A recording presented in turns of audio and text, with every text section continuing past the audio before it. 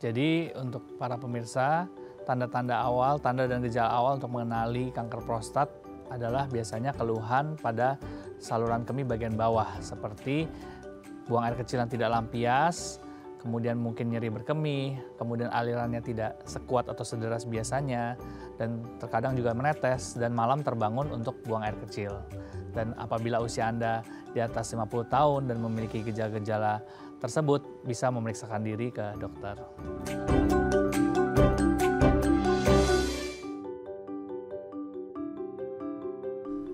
Halo pemirsa Bincang Sehati, apa kabar Anda hari ini? Senang sekali saya Raden Madlias dapat kembali menemani Anda dalam sebuah program talk show inspiratif. Ini dia Bincang Sehati.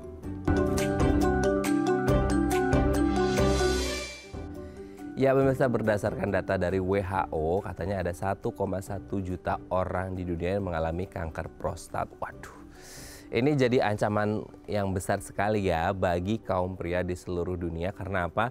Karena ini menjadi salah satu momok yang sangat ditakuti oleh para kaum pria kalau ngomongin seputar kanker yang tendensinya terjadi pada kaum pria, yaitu kanker prostat. Nah, gimana sih caranya untuk mendeteksi dini gitu ya? Dan kalau udah ya amit-amit ya, semoga nggak terjadi ketika sudah mengalami kanker prostat, apa yang harus dilakukan? Makanya hari ini kita akan membahas waspada nih untuk kaum pria terjadinya kanker prostat. Tapi sebelum bahas itu kita bahas terlebih dahulu ya beberapa mitos atau fakta seputar kanker prostat. Kita bahas satu-satu yuk. Kita lihat yang pertama ya. Yang pertama adalah kanker prostat adalah penyakitnya orang tua. Nah, ini sering banget ya. Jadi kalau kita ngomongin tentang kanker prostat gitu ya, itu identiknya dengan orang tua. Kenapa? Karena gini ya, selain masalah aging dan degeneratif gitu ya, memang kalau ngomongin orang-orang pria yang lanjut usia itu pasti rentan mengalami berbagai jenis penyakit, betul ya? Adalah penyakit ini dan itu segala macam. Nah, imun sistemnya gitu ya, itu yang akhirnya membuat mereka lebih rentan mengalami berbagai jenis penyakit. Nah, salah satu yang rentan mengalami ini adalah pria, dan salah satu yang berisiko besar adalah penyakit kanker prostat. Nah, kalau kita ngomongin kanker prostat itu sendiri, kenapa identik dengan pria dan lansia? Karena yaitu salah satu kategori yang masuk di range usia pria dan lansia adalah kanker prostat. Karena memang ini terjadi hanya pada pria gitu ya. Tapi apakah semua pria yang mungkin sudah masuk usia 40, 50, dan 60 gitu ya, itu akan mengalami kanker prostat? Atau gini ya, resikonya tinggi gitu ya, tapi akhirnya nggak semua juga gitu ya akan mengalami kanker prostat ya. Nanti akan kita bahas ya ini betul atau enggak. Oke, kita lanjut yang kedua ya.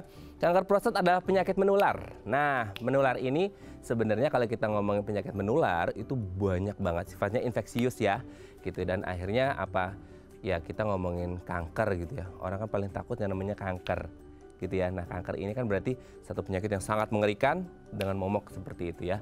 Nah, kalau kita ngomongin prostat, sebenarnya nular nggak sih? Karena kalau kita ngomongin prostat ini sendiri, ini kan sangat menyeramkan gitu ya. Tapi kalau kita ngomongin kanker, selama ini tuh saya belum pernah dengar sih. Maksudnya kayak kalau kanker itu bisa menyebabkan penularan seperti itu ya.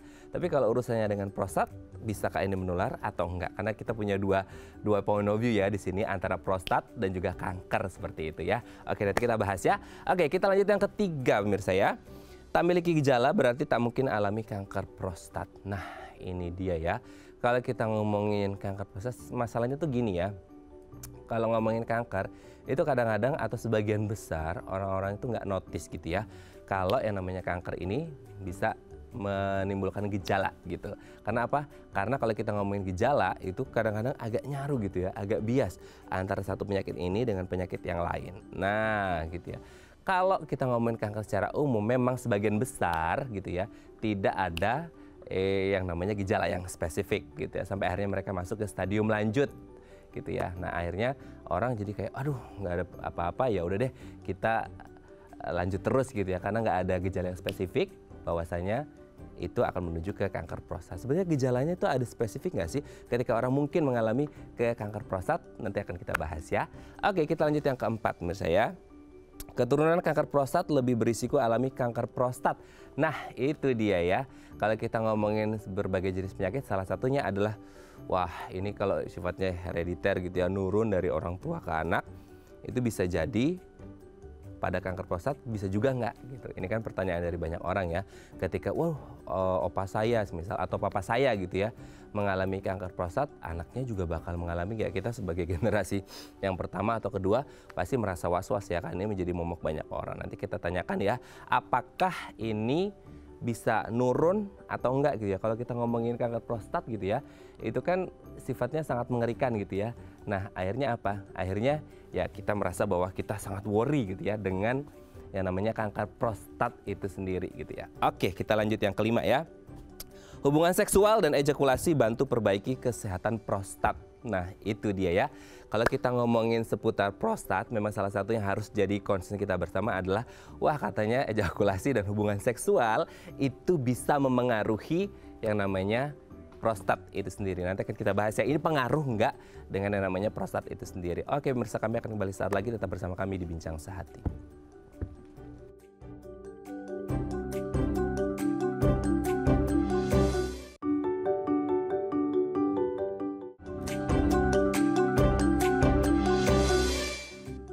Baik, masih bersama kami di Bincang Sehati, dan tadi di segmen sebelumnya kita sudah membahas ya, ada beberapa mitos atau fakta seputar prostat. Nah, untuk membahasnya telah hadir bersama kami di studio Bincang Sehati Dr. Andre Prawira Putra, spesialis onkologi radiasi dari Seci Hospital. Selamat pagi Dr. Andre, apa kabar? Pagi Mas Mat. Ketemu lagi gitu ya Dok ya. Ketemu lagi. Nah, hari ini tuh ngebahasnya seputar masalah kepriaan. Bukan kewanitaan tapi kepriaan gitu ya. Ini kan menjadi salah satu momok yang sangat ditakuti oleh kaum pria gitu ya, kanker prostat. Tapi sebelum kita membahas lebih dalam, kita bahas mitos faktanya dulu ya Dok ya. Yang pertama adalah kanker prostat itu katanya penyakit orang tua. Jadi yang muda-muda kayak kita ini usia 17-18 itu katanya nggak perlu khawatir deh, karena kanker prostat itu terjadi di usia-usia lanjut. Jadi kalau yang muda-muda dewasa produktif itu masih kayak nggak mungkin deh gitu ya, karena ini pasti terjadi pada lansia. Betul seperti itu nggak sih Dok? In a way ada benarnya, tapi ya bukan berarti kita tidak melakukan tindakan preventif. Iya betul-betul. Secara data di bawah usia 50 tahun tuh 1-2% saja orang yang terkena kanker prostat, sangat rendah. Tapi kan lifestyle itu dibentuk dari muda ya. Jadi kalau lifestyle dari mudanya udah nggak dijaga, nah itu panennya nanti pas tua. Nah itu dia ya. Jadi investasi atau nabungnya itu nabung yang nggak baik ya. Kalau dibilang, waduh nanti kalau muda kan cuma 1-2%, oke lah, kayaknya nggak mungkin lah, 1 in a million ya gitu. Justru biasa pikiran kayak gitu yang agak bahaya tuh. Kan? Jadi akhirnya mereka nggak menjaga pola hidup yang lebih sehat, akhirnya ya mereka berisiko mengalami kanker prostat. Tapi kalau ngomongin cuma 1-2%, ya mungkin sih hanya sedikit banget ya dari 100, skala 100 gitu ya. Tapi kan berarti masih ada dong Dok, risiko itu masih bisa terjadi kan? Bisa terjadi, betul. Itu biasanya karena pure dari lifestyle atau gimana sih Dok? Ya atau ada genetik, multifaktor ya, seperti biasa ya. Kalau yang dulu kita pernah bahas di sini waktu itu kanker nasofaring multifaktor. Di sini kanker prostat juga multifaktor seperti kanker lainnya. Jadi selain daripada lifestyle, ada juga dari faktor genetik. Tapi kalau dibilang diturunkan langsung kayak diwariskan itu enggak sih. Enggak ya. Tapi kalau misalnya riwayat keluarga ada kanker prostat, ya kan, terus ada mutasi genetik tertentu seperti BRCA ya, kalau memang nanti mau dibahas BRCA 1, BRCA 2, biasanya pada pasien yang punya riwayat kanker payudara, mungkin mamanya atau dirinya sendiri laki-laki, kalau dia ada mutasi BRCA, yaitu juga meningkatkan risiko kanker payudara laki-laki ataupun kanker prostat. BRCA itu apa ya Dok? Jadi kayak mutasi genetik BRCA 1 dan 2 itu biasanya yang khas pada kanker payudara. Gitu. Jadi dia mutasi yang sudah dari lahir ada, tapi bukan berarti langsung 100% pasti kena, tapi itu meningkatkan risiko secara signifikan. Oke. Berarti kalau anak-anak muda ini hanya 1,2% dengan multifaktorial, berarti lansia betul sama jauh lebih gede dong? Ya, secara predisposisi usia atau faktor risiko dari usianya ya, karena dia udah bertambah usia, ya kan, jaringan prostat ini kan kita juga harus tahu jaringan prostat ini kan jaringan seukuran ya kacang walnut gitulah ya, nggak terlalu kecil, nggak terlalu besar juga ya kan, posisinya tuh agak di belakang pangkal alat kelamin laki-laki gitu. Nah itu dia fungsinya ya mengsekresikan semacam kayak pelumas dan lain-lain yang berhubungan dengan reproduksi laki-laki gitu. Sering bertambah usia, ya risiko terjadi mutasi di sel prostat sendiri, di sel kelenjarnya juga bertambah. Oke. Jadi yang tua memang berisiko, tapi itu sebagai tabungan dari masa muda, yang muda juga nggak boleh leha-leha gitu ya Dok ya. Harus tetap menjaga kesehatan. Oke, kita lanjut yang kedua Dok. kanker prostat itu menular. Serem banget ya. Udahlah prostat, kanker menular lagi gitu. Ini betul nggak sih, Dok? Kalau ini sih mitos ya. Oh, mitos. Dia tidak menular. Pun menular bingung juga gimana nih metode penularannya. Tapi yang jelas tidak sih, dia tidak menular. Oke, tidak menular. Berasal atau bermula dari suatu mutasi di sel kelenjar prostat. Oke. Kalaupun semisal gini, menularnya mungkin bukan prostat gitu ya, Dok ya. Maksudnya kayak semisal suami istri ya kan prostat pada laki gitu ya. Semisal lakinya ada prostat, kanker prostat gitu ya, Dok ya. Terus terjadilah semisal ya hubungan suami istri itu mungkin nggak sih sel kankernya mutasi tidak prostat ke istrinya itu bisa nggak terjadi apa jadi transfusi gitu? Ya agak berbeda seperti kalau pada perempuan ada kanker serviks ya, di mana faktor risiko utamanya adalah infeksi dari virus human papilloma atau HPV. Nah kalau pada wanita kanker serviks HPV itu dia bisa menularkan HPV-nya ke laki-laki dan laki-laki itu menjadi carrier untuk ke wanita lain, dan wanita lain jadi kanker serviks, tapi kalau prostat sendiri enggak sih. Kalau HPV dari perempuan bisa ke lakinya dan lakinya sebagai carrier kalau quote unquote ke orang lain gitu ya. Tapi kalau prostat enggak ya? Kalau prostat sendiri enggak. Oke. Jadi aman ya, aman nggak menular ya. Oke, kita lanjut yang ketiga ya. Tidak memiliki gejala berarti nggak mungkin alami kanker prostat. Nah, selama ini tuh kalau kita ngomongin kanker itu banyak kan tuh kayak silent gitu ya. Yang akhirnya orang tuh udah masuk ke dokter pas udah stadiumnya lumayan lanjut gitu ya, bisa 2, 3, apa mungkin 4 gitu ya. Nah sebenarnya kalau kanker prostat itu gejala di awal kelihatan nggak sih? Karena kan ini mungkin jadi bagian reproduksi pria yang harusnya sih engah ya gitu, atau gimana dok? Ya setuju sih, artinya beberapa cancer itu dia tidak memiliki gejala dan ketika muncul gejala dia sudah lanjut ya kan, sudah advance gitu, jadi mungkin sudah terlambat. Tapi kalau untuk prostat sendiri secara umum dia ada gejala. Biasanya kita sebut lower urinary tract symptoms atau gejala saluran kemih bagian bawah. Gitu. Nah, tapi kalau misalkan dia nggak bergejala bukan berarti dia tidak ada atau tidak mungkin terkena gitu kan. Makanya ada beberapa upaya misalkan untuk screening, nah itu bisa dilakukan untuk kanker prostat gitu. Biasanya screeningnya kita menggunakan yang namanya PSA atau prostate specific antigen. Itu dia diambil dari darah saja. Jadi biasanya kalau misalkan punya orang tua atau usianya sudah lanjut ya memang ya disarankan rutin sih ada pemeriksaan screening tersebut. Walaupun tidak ada bergejala. Tapi kalau ada gejala yang tadi saya sebutkan, LUTS atau lower urinary tract symptoms itu, misalkan pas pipis dia nggak lampias, anyang-anyangan, terus masih mau pipis lagi, atau misalkan arusnya urinnya tidak deras seperti biasanya ya, misalkan jadi melemah atau netes ya kan, atau kayak masih pengen pipis atau misalkan ada sensasi kayak panas dan lain-lain, itu bisa merupakan tanda awal, walaupun belum tentu juga dia adalah kanker. Yang paling sering bisa juga infeksi saluran kemih, atau bisa juga pembesaran prostat yang jinak atau yang kita sebut BPH, benign prostatic hyperplasia. Oke ya. Nah ini pengetahuan banget buat kita ya. Jadi ini harus berhati-hati. Oke, kita lanjut yang keempat. Nah ini tadi sempat di-mention juga nih dok, masalah keturunan.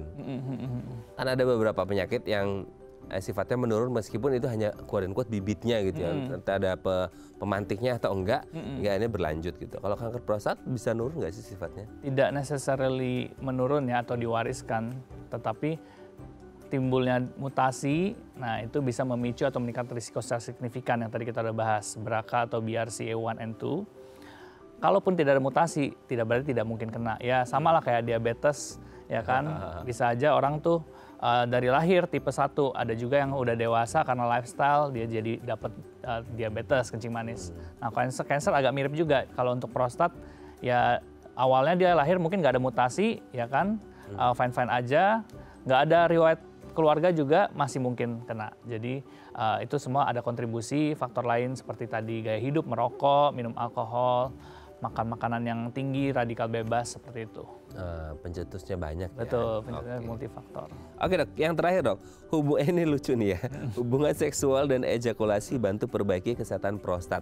Justru tuh ada waktu itu saya sempat baca juga kan, katanya untuk mereka yang tidak quote-unquote, ini kan kita ngomongin kesehatan ya, tidak dikeluarkan laki-laki spermanya, itu juga bisa berakibat fatal pada prostatnya. Jadi akhirnya ada muncul yang, oh berarti harus ejakulasi dong, oh berarti harus hubungan dong, atau gimana dok? Iya, memang ada penelitian-penelitian ya yang menghubungkan antara ejakulasi dan kesehatan prostat atau kesehatan reproduksi atau bahkan kesehatan fisik secara umum.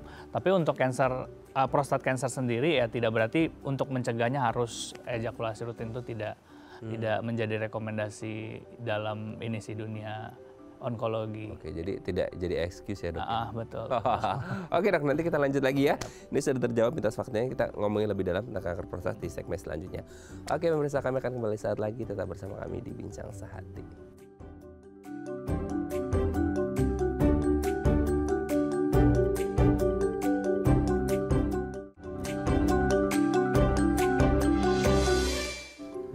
Baik, karena masih bersama kami di Bincang Sehati dan kita masih membahas sama kita hari ini seputar kanker prostat. Nah, kalau Anda punya pertanyaan seputar tema kita hari ini, boleh tanya-tanya di 0212903244 atau di Instagram kami di @bincang1.tv. Kita masih bersama dengan Dr. Andri Prawira Putra, dokter spesialis onkologi radiasi dari Seci Hospital. Oke, dok, sebelum kita bahas kanker prostat, prostatnya itu sendiri. Jadi selama ini kan orang taunya, prostat ya, ini ada prostat ya. Sesimpel kayak ngomongin asam lambung gitu ya. Asam lambung kan memang ada, tapi akhirnya orang asam lambung itu jadi penyakit. Nah kalau prostat itu juga ngomongin kayak prostat jadi kayak penyakit gitu ya. Padahal sebenarnya prostat itu penyakit atau memang ibarat kata kayak ya organ dalam tubuh kita, jadi bagian anatomi tubuh kita yang memang setiap laki-laki itu pasti ada. Tapi akhirnya jadi stigma di masyarakat prostat ya penyakit gitu. Nah itu gimana tuh dok? Iya betul, jadi prostat ini ya seperti lambung, dia organ yang normal ya, dimiliki semua laki-laki. Dia punya fungsi sendiri untuk reproduksi, biasanya untuk mensekresikan kelenjar ya, berupa kelenjar, mensekresikan cairan pelumas, biasanya untuk fungsi reproduksi. Dan ya seiring dengan waktu biasanya laki-laki ketika bertambah usia dia mulai ada timbul keluhan pas malam kebangun mesti pipis gitu kan, kayak pas pipis juga nggak lampias. Nah itu banyak banget yang memang bisa timbul pembesaran prostat secara jinak. Jadi itu sih quite common lah ya, seperti kayak orang di atas usia 60 biasanya udah sering terkena hipertensi. Kalau prostat juga mirip seperti itu gitu.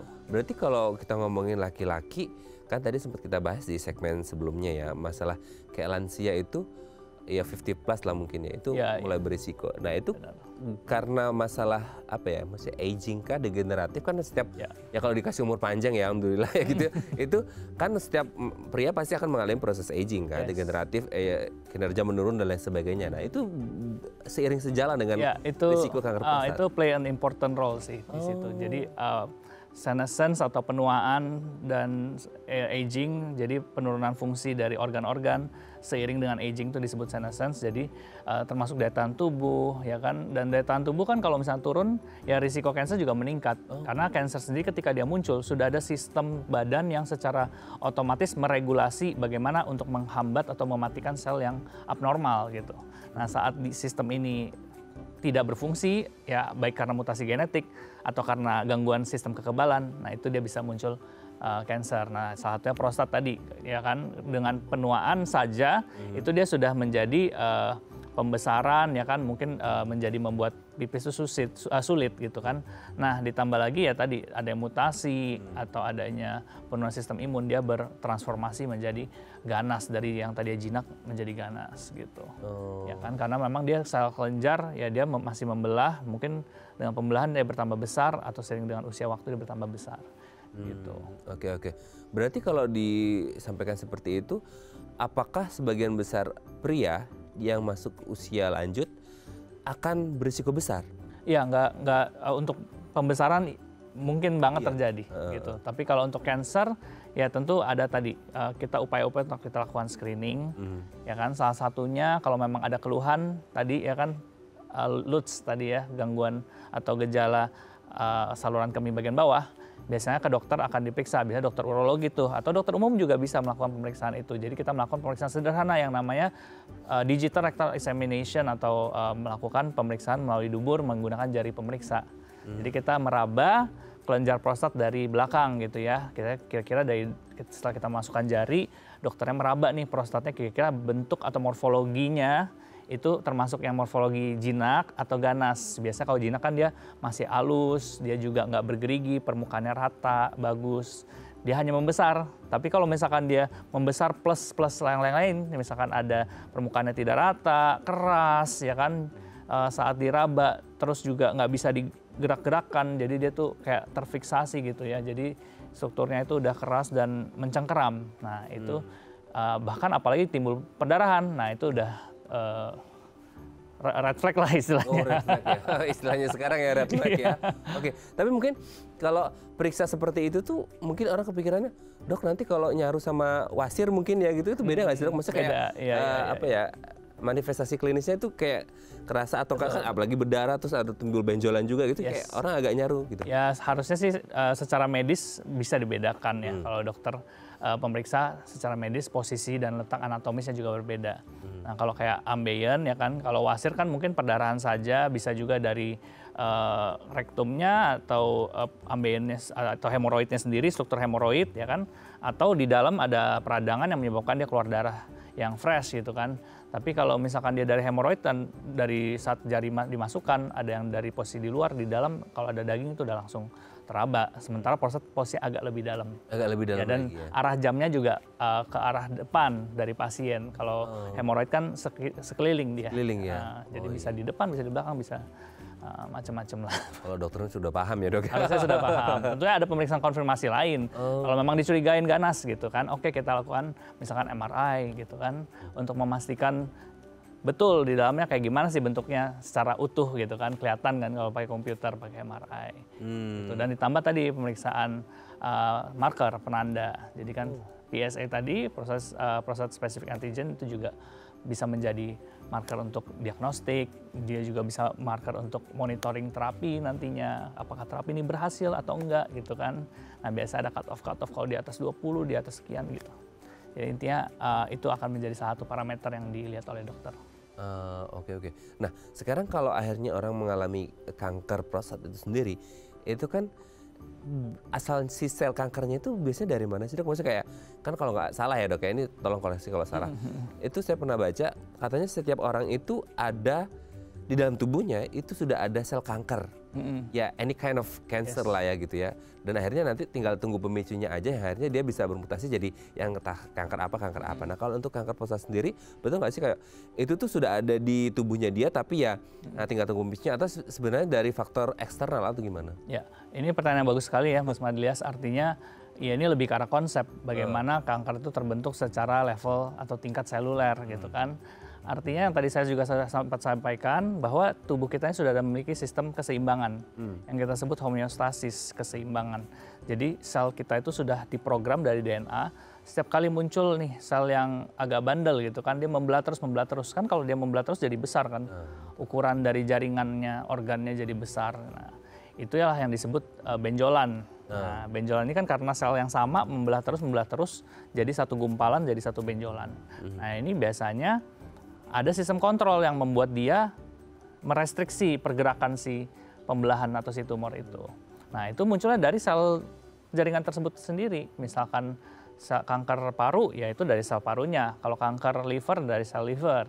Kalau kanker prostat, ya dari sel kelenjar prostat. Nah makanya memang kita sebut biasanya adenokarsinoma, itu adalah kanker dari kelenjar, sel kelenjar. Nah sel kelenjar yang bermutasi, terus sistem pengontrolnya tidak bekerja untuk menghambat dan mematikan, dan juga ditambah daya tahan yang rendah dan pemiculan misalkan peradangan secara jangka panjang gitu kan. Nah itu bisa membuat dia bertransformasi. Yang tadinya hanya membelah setempat menjadi benjolan jinak, dia menembus lapisan terdalam menjadi kanker. Nah itu membedakan antara jinak dan ganas ketika dia sudah menembus lapisan dasar. Oke, kondisi seperti itu kan berarti ibarat kata, karena tidak semua laki-laki mengalami kanker prostat, berarti kan ada ya quote and quote kayak anomali di tubuhnya, sesuatu yang tidak umum terjadi gitu ya dok ya. Nah itu biasanya ada faktor-faktor nggak mungkin karena mereka ada komorbid tertentu gitu, atau dengan kondisi kesehatan tertentu yang akhirnya mereka bisa terjadi itu gitu. Ya salah satunya tadi kita sudah sampaikan secara riwayat keluarga dia ada. Secara genetik zaman sekarang banyak tes-tes genetik untuk mengecek mutasi-mutasi yang sudah teridentifikasi, ya kan? Karena di badan kita berapa banyak sel miliaran ya, bahkan mungkin jumlahnya kita nggak bisa hitung secara persis ya kan. Nah itu satu aja bermutasi gitu kan. Nah itu bisa jadi gawat. Nah itu salah satunya kita bisa cek tuh yang sudah teridentifikasi seperti BRCA tadi. Ya kan. Kemudian yang ketiga lifestyle. Nah lifestyle ini nggak cuma masalah rokok, alkohol, tapi apa yang kita konsumsi juga ya kan. Termasuk juga pikiran, stres, termasuk juga body mass index, obesitas ya kan. Kalau misalkan ada obesitas, kemudian ya itu ya banyak faktor yang bisa memicu ya daripada sini. Dan salah satu yang tidak bisa kita modifikasi ya penuaan tadi, aging.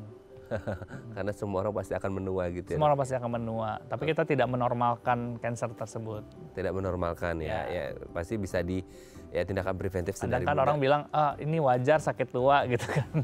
Iya itu tuh kadang dok, maksudnya kayak kalau kita ngomongin kanker, apalagi hubungan sama proses ya aging degeneratif tua itu, semua orang jadi kayak ya nggak bisa dicegah dong. Berarti maksudnya tindakan preventif itu sebenarnya bisa mencegah itu kan? Bisa, ya makanya start early, start from now. Gitu. Nah itu dia start from now ya. Jadi harus diupayakan sebelum terjadi hal-hal yang tidak diinginkan. Betul. Tapi sebenarnya dari proses awal hal-hal yang tidak anomali dalam tubuh itu sehingga akhirnya dia muncul sampai manifestasi klinisnya ada benjolan dan lain sebagainya, itu bisa butuh berapa lama sih dok? Proses degeneratif dan timbulnya kanker sendiri beda-beda ya setiap orang. Jadi kita nggak bisa patok secara persis sih memang. Gitu. Jadi itu kita yang penting makanya ditekankan screening. Ya kan pentingnya screening ya kan, tapi yang jelas di atas usia 50 biasanya faktor risiko terjadinya itu sudah meningkat. Jadi baiknya dilakukan screening lebih awal. Itulah screening. Screeningnya harus per berapa lama sekali, nanti kita bahas di segmen selanjutnya ya dok ya. Oke pemirsa, kami akan kembali saat lagi, tetap bersama kami di Bincang Sehati.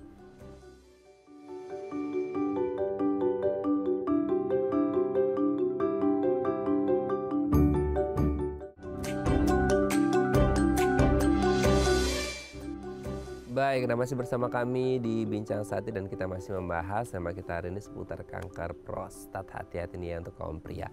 Nah kalau Anda punya pertanyaan seputar tema kita hari ini, boleh tanya-tanya di 021 290 3244 atau di Instagram kami di @bincangSehati.tv. Kita masih bersama dengan Dr. Andri Prawira Putra, dokter spesialis onkologi radiasi dari Seci Hospital. Oke dok, kalau kita ngomongin kayak apa ya, untuk memeriksakan lah gitu ya, untuk mengetahui, tadi kan sempat kita mention di segmen sebelumnya, untuk pemeriksaannya itu kalau udah mulai masuk ya, sebenarnya semua orang itu kan ada kayak tahunan itu MCU gitu ya, medical check up. Medical check up gitu. Nah kalau untuk terutama terkhusus untuk kanker prostat gitu yang harusnya jadi asetnya para pria gitu itu kan apalagi kalau mendekati usia-usia yang lanjut gitu. Nah itu idealnya ada per berapa sekali, dan mesti kayak kalau let's say ya kayak MCU paket basic deh gitu ya, itu ada nggak sih, atau kayak itu tidak termasuk di paket MCU, itu pemeriksaan sendiri atau secara umum ya biasanya dia tidak termasuk dalam paket MCU corporate ya. Misalkan kalau kayak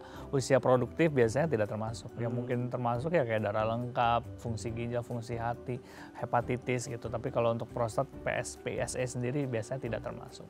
Jadi memang di luar daripada yang rutin diberikan di perusahaan atau untuk persyaratan pekerjaan gitu. Jadi emang MCU atas keinginan sendiri biasanya. Oke. Nah, itu berarti kayak bisa berbarengan dengan tes-tes yang lain, darah dan lain sebagainya, atau hanya khusus untuk prostat sendiri? Bisa sekaligus diambil darahnya ya. Kalau misalkan ada pemeriksaan tumor marker, itu PSA salah satu yang memang ya untuk laki-laki yang udah bertambah usia, terutama misalnya usia 40-50 ya boleh lah. Terutama kalau misalnya dia usia 40-an dan dia merasa lifestyle selama ini kurang oke, apalagi tambah ada gejala LUTS tadi ya kan, gejala saluran kemih bagian bawah, itu boleh dicek periksa, karena nanti tulus juga kita periksa. Ternyata kalau misalkan hasilnya tinggi, nah itu kita boleh ke dokter untuk berkonsultasi. Bukan berarti hasil tinggi itu langsung kanker ya. Karena bisa juga misalkan infeksi saluran kemih dia bisa naik. Ada BPH atau pembesaran jinak bisa juga dia naik. Jadi kita selalu konsultasi ke dokter urologi yang memang spesialistik di bidang prostat. Oke, tapi lumayan oke ya kalau ada orang awareness-nya tinggi, kayak lifestyle-nya nggak oke, periksa ya dok. Harusnya dia kalau udah tahu sadar diri gitu ya nggak dilanjut lagi tuh lifestyle. Iya. Gitu karena udah. Kalau kayak nggak ada nih lanjut. Lanjut gitu ya, itu kan jadi kayak aduh nggak gitu juga konsepnya, jadi bumerang nanti gitu. Tapi sebenarnya gini dok, ketika itu diadakan spesial annual lah gitu ya.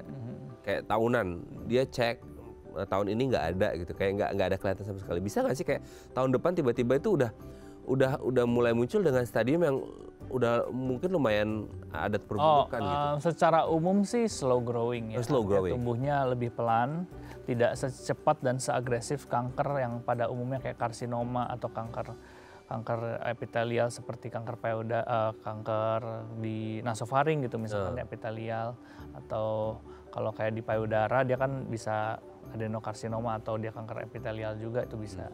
Secara umum itu dia nggak secepat kanker pada. Jadi dia pertumbuhannya agak lambat seperti itu ya. Nah, nanti kalau memang terdeteksi, dari dokter onkonya akan melakukan stratifikasi risiko nih. Dia termasuk kategori risiko mana? Very low, moderate, high, very high. Nah, itu nanti ada stratifikasi risikonya lagi. Itu akan menentukan treatmentnya kira-kira apa. Itu pembedaan dari very low, middle sampai itu? Ada beberapa kategori yang biasa dilihat, apakah dari level PSA-nya, terus dari seberapa progres kansernya itu sendiri, stadiumnya ya, stage dari kanker itu sendiri, terus juga ya beberapa faktor yang biasanya secara medis kita tentukan. Nah, itu nanti akan menentukan nih dia treatmentnya apakah observasi dulu ya kan, karena misalkan early banget, kalau early banget tuh juga kita lakukan tindakan mungkin akan efek pasca tindakan tuh mungkin akan lebih berat daripada yang dirasakan. Jadi mungkin kalau dia very low ya early observation gitu kan, tapi kalau misalkan stadiumnya secara umum stadium awal ya kita udah bisa lakukan tindakan. Nah, jadi kalau dalam waktu setahun tadinya normal langsung tinggi banget ya biasanya sih jarang ya kayak gitu ya. Agak jarang karena dia slow growing. Slow growing ya, oke. Maksudnya kayak kalau di awal-awal itu masih boleh kayak ya tindakan konservatif dulu nggak sih dok? Atau harus ada yang benar-benar kayak apa? Mungkin ada invasif kah atau gimana? Iya, kalau memang dia pada early stage yang sudah memang cancer, ya itu kita biasanya lakukan rekomendasi pertamanya memang operasi pengangkatan dari kelenjar prostat itu sendiri. Kita sebutnya radikal prostatektomi. Jadi kita benar-benar mengangkat prostat-prostatnya, kelenjarnya dilakukan operasi. Nah, operasi ini bisa secara klasik ya kan, bisa juga zaman sekarang ada robotik. Nah, itu bisa dengan teknik robotik untuk diangkat. Biasanya komplikasinya juga lebih rendah, risiko komplikasi, terus efek pasca operasinya juga pemulihan lebih cepat. Oke, sebelum ke robotik itu sendiri kayak dari pemeriksaan sendiri, misal ya dok ya, tadi kita udah ngomong pemeriksaan. Kalau semisal orang udah kayak, dok kayaknya udah faktor risiko nih gitu ya, udah usia segini dan ini segala macam, itu sekali periksa kalau emang udah ada gejala-gejalanya bisa langsung didiagnosis nggak sih dok? Ya misalkan dia ada pembesaran gitu kan, biasanya dari dokter urologi akan menentukan nih tindakan pengambilan jaringan, ya kan, sekaligus biasanya untuk meringankan pembesaran itu. Misalkan dia udah ada kategori atau kriteria sendiri ya, dokter uro kan dokter bedah, nanti akan menentukan tindakan apa. Biasanya kita lakukan dilakukan transuretral retrograde prostatektomi. Jadi dia mengambil sebagian jaringan prostat untuk meringankan pembesaran itu. Jadi habis dia lakukan tindakan, pasien dikasih obat, ya kan, tapi nggak selalu sih, biasanya obat dulu, kalau misalkan obat nggak mempan baru ada pertimbangan tindakan gitu. Ditambah dia beberapa, misalkan tadi ada kecurigaan dari perabaan, ya kan, ini udah nggak seperti pembesaran jinak yang biasanya nih gitu. Nah itu mungkin ada pemeriksaan tambahan. Tapi kalau enggak ya biasanya cukup dikasih obat saja, keluhannya udah enak nih pipisnya. Tapi kalau ternyata dengan obat tidak membaik, ya biasa ada tindakan oleh dokter uro gitu. Nah tindakannya sekaligus ngambil sampel untuk melihat si prostat ini yang membesar apakah jinak atau sudah ganas. Itu ambil sampelnya biasa apa, biopsi kah atau apa? Iya, dia melakukan transuretral, jadi melalui saluran kemih itu dia akan melakukan pengerokan ya, bahasa kasarnya. Ya, dikerok. Ya, dikerok itu tuh kadang-kadang ya nggak tahu dok, ini maksudnya sama dengan istilah biopsi kah atau pengerokan itu gitu ya? Ya, biopsi itu kan istilah patologi ya. Jadi artinya mengambil jaringan, tapi biopsi ada berbagai jenis, ada biopsi jarum halus, ada core biopsi, ada liquid biopsi. Ya salah satunya dengan operasi itu secara nggak langsung ada biopsi juga, ya kan? Biopsi sebagian, biopsi keseluruhan gitu kan. Nah, itu pengerokan tuh kadang-kadang orang tuh worry ya dok ya, karena mungkin orang tuh kayak waduh nanti kalau dikerok malah nanti nyebar kemana-mana gitu. Itu kan salah mungkin gara-gara biopsi ya, mungkin di pikiran orang awam tuh biopsi itu kayak diambil sedikit untuk kasih ambil sampelnya gitu. Tapi akhirnya orang kepikir waduh nanti malah sel kankernya kemana-mana dok, itu gimana? Nah itu biasanya dengan pemeriksaan di awal, dokter uro sudah menentukan nih kira-kira ini ke arahnya ganas ya kan atau tidak. Nah kalau memang dia sudah definitif ya ini ganas ya yang tadi robotik tadi dikerjakan. Jadi sekaligus dia dilakukan. Ya tentunya biasanya konfirmasi dulu atau tidak itu nanti tergantung dokter uronya. Habis itu dilakukan pengangkatan keseluruhan. Tentunya jaraknya biasanya nggak lama tuh kalau memang confirm dia cancer gitu. Jadi dia tidak menunggu ya kan. Nah memang ada beberapa studi yang menyatakan oh ini biopsi bisa atau nggak bisa, jadi itu masih sesuatu yang tidak pasti. Tapi secara guidelines atau secara pedoman ya memang pakemnya kita harus memeriksa, mesti menegakkan dulu nih diagnosisnya untuk melakukan tindakan selanjutnya. Jadi itu memang sesuatu yang part of the pathway yang harus dilakukan. Bagian dari ini ya step by stepnya lah. Step by stepnya ya. Oke. Tapi akhirnya kalau kemudian udah ditegakkan bahwa oke ini ganas berarti langsung tindakan. Tapi sebenarnya itu bisa jinak juga dok. Maksudnya kayak bisa. Kan selama ini kayak kita kan taunya kalau kanker ya dok ya. Sorry nih. Ini kayak orang tuh kayak tumor jinak sama tumor ganas gitu ya. Kalau ganas kan berarti disebut kanker. Tumor jinak itu belum disebut kanker. Berarti itu bisa sejinak aja dan nggak bisa disebut kanker prostat atau gimana? Ya kalau dia jinak ya bukan kanker prostat, hanya pembesaran jinak. BPH tadi, benign prostatic hyperplasia. Jadi dia hanya hiperplasia, satu pembelahan jaringan yang jinak gitu. Dia membelah banyak dan jadi benjolan tapi tidak ganas ya kan. Lagi-lagi ya ada pemeriksaan konfirmasi yang bisa dikerjakan oleh dokter, misalnya dilakukan MRI dan MRI itu sudah bisa melihat nih ini ada tanda-tanda gambaran ke arah keganasan gitu biasanya. Karena apalagi kalau diraba udah jelas ya, kadang kalau memang udah lanjut dia kerasnya secara keseluruhan, ukurannya juga besar dan tidak teraba sampai ujung. Nah itu biasanya sudah bisa memberikan tanda lah ke dokternya gitu. Kalau dia jinak berarti meskipun terjadi pembesaran biasanya diapakan? Apakah dia bisa? Kalau dia jinak terjadi pembesaran dan dia memang bukan cancer ya kan kita periksa bisa USG.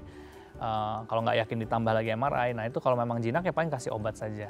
Bisa mengempes sendiri dok? Ya dia bisa membuat jaringan prostat itu agak lebih longgar sehingga pipisnya bisa lebih lancar. Tapi kalau misalkan sudah tidak terbantu obat, ya mungkin ada tindakan tadi pengerokan.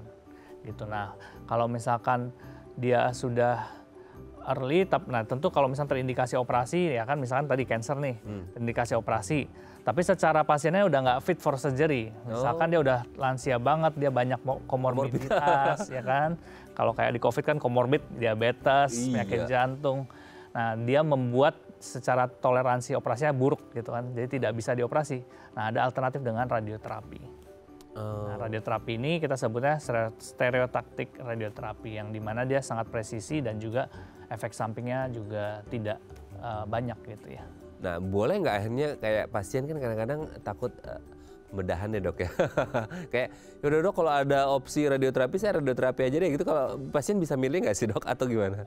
Sebenarnya pasti tentu keputusan di tangan pasien. Biasanya dokter akan memberikan saran atau rekomendasi yang bisa dikerjakan oleh pasien. Tentunya semua tindakan ada risiko, operasi ada risiko, radiasi ada risiko. Selama bisa dikerjakan, kalau dari kami sih memang selama bisa diangkat secara seminimali invasif mungkin, atau mungkin dengan robotik tadi, ya kan, sehingga memastikan semuanya terangkat. Kalau memang ada tersisa, itu bisa di-boost dengan radiasi. Atau dari awal memang sudah tidak fit for surgery tadi, baru langsung disarankan radiasi. Jadi memang tetap rekomen diangkat dulu sih sebaiknya. Gitu. Walaupun alternatif stereotaktik tadi, outcome-nya juga comparable, ya bisa dibandingkan dengan hasil operasi. Oke. Jadi yang akan dilakukan pasti yang terbaik untuk pasien. Betul. Gitu ya dok ya. Jadi kalau pasien kadang-kadang takut dok bedah segala macam, ya nanti dokter akan tetap berkonsultasi, maksudnya kasih ya pandangan, memberikan gambaran ya kira-kira. Seperti itu. Apakah emang treatment A atau treatment B seperti itu. Oke dok, nanti kita lanjut lagi ya. Yep. Oke pemirsa, kami akan kembali saat lagi, tetap bersama kami di Bincang Sehati.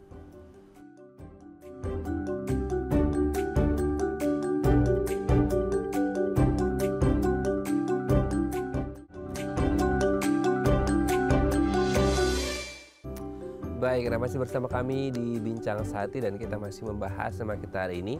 Ini satu tema yang mungkin menjadi momok bagi banyak pria di luar sana, apalagi kalau sudah menginjak ya usia-usia 40-50 gitu ya, dimana ini jadi titik titik aman, bukan titik aman ya, titik harus diwaspadai oleh banyak orang. Nah, kita masih membahas tema kita hari ini seputar kanker prostat bersama dengan Dr. Andre Prawira Putra, dokter spesialis onkologi radiasi dari Seci Hospital. Oke, dok, misal kalau sudah ditegakkan diagnosis tadi beberapa stepnya lah gitu ya. Nah, kemudian selain tindakan mungkin yang invasif atau radioterapi gitu ya, mungkin nggak ada yang nggak tahu, entah oral intake-nya kah atau injeksi kah, yang mungkin ada pengaruh ke hormonal tubuhnya dia. Betul, jadi salah satu faktor risiko tadi saya juga sempat belum sampaikan adalah kalau laki-laki itu dengan kecenderungan hormon testosteron yang lebih tinggi, ya kan, itu biasanya juga memiliki risiko yang lebih tinggi terkena kanker prostat. Dan ketika dilakukan treatment, biasanya juga ada obat-obat untuk penghambat hormon androgen atau hormon testosteron yang diberikan kepada pasien. Nah, nanti dilihat tuh responnya, kira-kira PSA-nya menurun nggak gitu salah satunya, terus kansernya bagus ya kan setelah tindakan, tidak ada kembali lagi, ya itu biasa salah satu yang kita evaluasi dalam monitoring pasien kanker prostat cancer. Dan kalau misalkan dia dengan obat anti hormonal androgen itu dia masih malah progres, nah itu berarti dia castration resistant kita sebutnya. Jadi dia resisten terhadap obat-obat hormonal tadi. Oh, oke. Itu salah satu part of the treatment ya. Kalau kemo sendiri ya secara umum tidak dikerjakan di awal kecuali dia sudah penyebaran dari kanker prostat. Oh, penyebaran ya? Ya, jadi penyebaran tuh bisa terjadi dan paling sering ya 80-90% dia penyebaran ke tulang untuk prostat sendiri. Oh, efeknya itu maksudnya kayak dia penyebaran ke tulang kalau di fase apa? Maksudnya di stadium? Sudah lanjut, sudah penyebaran, sudah metastatik, jadi sudah stadium lanjut. Jadi kalau dia ada keluhan itu di daerah berkemihnya untuk prostatnya, ditambah dia ada pegel-pegel atau di tulangnya sakit gitu. Nah itu bisa dicurigain, oh ini juga jangan-jangan sudah ada penyebaran. Nah itu kita bisa kerjakan pemeriksaan seperti bone scan atau PET scan. Itu metastasisnya ke tulang dan lain sebagainya itu pasti akan dialami oleh mereka yang di stage lanjut dan belum tertangani dengan baik kah? Betul sekali. Jadi kalau misalkan dia sudah progres kansernya dan dia baru ketahuan, atau misalkan dia tahu tapi dia diemin, dia nggak mau kerjain tindakan, khawatir, takut kan, biasa kadang orang takut operasi atau takut dilakukan tindakan radiasi, didiemin aja. Nah itu akan meningkat risiko penyebarannya. Nah jadi bisa nyebar ke tulang yang paling umum, ya satu organ-organ lain misalnya liver, paru-paru, ya pokoknya paling sering memang tulang sih. Tulang ya. Tapi itu ada dok orang yang mau karena takut diemin aja, itu kan pasti nggak nyaman dong. Betul, ada juga orang yang mungkin lebih pilih ya udah tidak melakukan tindakan gitu kan. Atau mungkin dari pasien sendiri sudah tidak bisa memutuskan karena secara usia mungkin udah lanjut banget dan keluarga yang menjadi pengambil keputusan gitu kan. Nah itu tergantung kembali ke pihak pasien atau keluarga. Oke, kalaupun akhirnya udah nyebar, misal kayak ke tulang, itu pengobatannya bisa paralel atau berdiri sendiri-sendiri? Ya kalau memang sudah penyebaran ya kita lebih memilih obat yang sifatnya sistemik atau seperti kemoterapi ya, kita sebutnya terapi sistemik, kemoterapi kah atau targeted terapi, imunoterapi. Kemudian apakah dia sudah pernah diberikan hormonal sebelumnya. Terus secara prostatnya kalau memang sudah keburu menyebar kan belum pernah, tahu-tahu udah ketahuan udah menyebar nih, berarti belum pernah ada tindakan di prostatnya. Nah itu kira-kira untuk meringankan masih ada tempatnya atau enggak. Misalkan pasiennya masih fit, masih sehat, maksudnya secara ini masih bisa oke, penyebaran tulangnya juga masih sedikit, ya itu kita bisa kerjakan radiasi. Oke. Kalau kayak tindakan kayak gitu dia bisa berdiri satu aja atau harus ada kombinasi? Misalnya kayak kayaknya nggak begitu ngefek, pindah ke B deh atau gimana? Ya, artinya setiap cancer patient kita akan tangani dalam satu MDT atau multidisciplinary team. Artinya tim urologi, seperti misalkan di rumah sakit saya di Seci Hospital, tim urologi, tim onkologi radiasi, tim patologi, kita semua, tim radiologi, kita semua akan mendiskusikan kasus sulit ya, misalnya ada kasus yang sulit ya kan, kita akan diskusikan dan kita rapatkan bersama kira-kira keputusannya pendekatan seperti apa. Ini misalkan udah advance case nih ya kan, complicated, rumit ya kan, kita akan pendekatannya apa dulu nih gitu kan. apakah mungkin nyeri tulangnya dulu nih yang lebih urgent, ataukah mungkin lebih ke lokal prostatnya dulu gitu yang kita kerjakan. Jadi itu semua akan dibahas urutan tata laksana, dan kita akan melihat respon dan kita evaluasi juga setelah dilakukan tindakan, kira-kira responnya gimana gitu. Kalau oke, nggak oke, kita kerjakan apa. Biasanya sudah direncanakan. Oke, berarti di Suci Hospital sudah lengkap lah ya timnya ya? Betul, sudah lengkap. Kira-kira ada gebrakan apa lagi dari Suci Hospital ke depannya? Maksudnya memang, support dari teknologinya gitu? Betul, ke depannya juga kita akan adakan ya istilahnya robotik prostatektomi itu tadi. Kalau robotik itu berarti sistemnya gimana? Artinya robotik itu ya dia akan mengintegrasikan robot dalam operasi pasien yang sudah berlangsung seperti robotik artroplasti untuk lutut, untuk hip, robotik laparoskopi untuk operasi perut, ya kan? Dan kita juga ada robotik fisioterapi, artinya memang ada tangan-tangan robot ya, dan dengan sistem komputer, di planning secara komputer, itu biasa outcome-nya akan lebih baik, kemudian healingnya lebih cepat, dan side effect-nya atau komplikasi juga lebih rendah. Tentunya untuk mengadakan satu sistem robotik itu selain daripada alat juga human resource-nya. Jadi memang kami secara aktif ya mengeksplor potensi untuk mengadakan teknologi-teknologi yang advance seperti robotik, salah satu robotik prostatektomi itu, dan itu juga kita akan mengirimkan dokter biasa untuk kita train di mana gitu, center di luar gitu.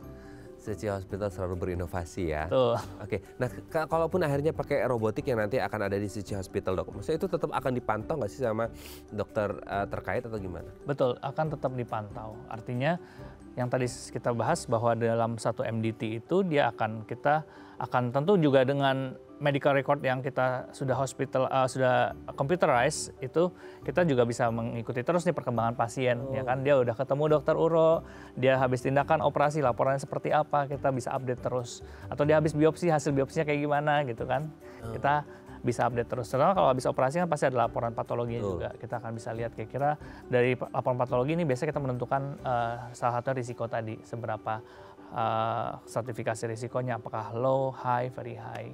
Oke, jadi kalau udah ngerasa kayak aduh tadi yang disebutin sama dokter Andre kayaknya mirip sih sama yang mereka teman-teman alami di rumah pemirsa. Jadi jangan ragu-ragu untuk segera periksa ya, datang ke Suci Hospital ketemu dokter Andre dan tim ya. Betul. Untuk memeriksakan supaya bisa ditangani lebih dini ya. Apalagi kalau nanti Suci Hospital sudah ada robotiknya. Karena semakin dini ya semakin baik juga. Jangan sampai dia udah lanjut ada keluhan didiamkan tidak diperiksa, ya jangan-jangan ada ke arah sana kan malah akan lebih jelek. Panjang urusannya ya. Betul. Oke, terima kasih dokter Andre. Ya, sama-sama. Hari ini sudah memberikan informasi dan bekal penting untuk kita para pria ya. Menuju ke lansia nanti supaya lansia kita tetap sehat tanpa kanker prostat. Nah, terima kasih dokter Andre. Ya, selalu. sama-sama. Salam untuk keluarga dan teman-teman di Suci Hospital. Kita nantikan robotiknya ya. Siap. Terima kasih dok, selamat pagi. Oke pemirsa, itu tadi perbincangan kita dengan dokter Andre. Semoga bermanfaat ya, dan jangan lupa untuk terus menyaksikan konten-konten inspiratif kami di platform Daai Plus. Saya Raden Batlias pamit, sampai jumpa dan selamat kembali beraktivitas di hari Kamis yang indah ini. Ingat jaga kesehatan prostat Anda ya para pria. Sampai jumpa.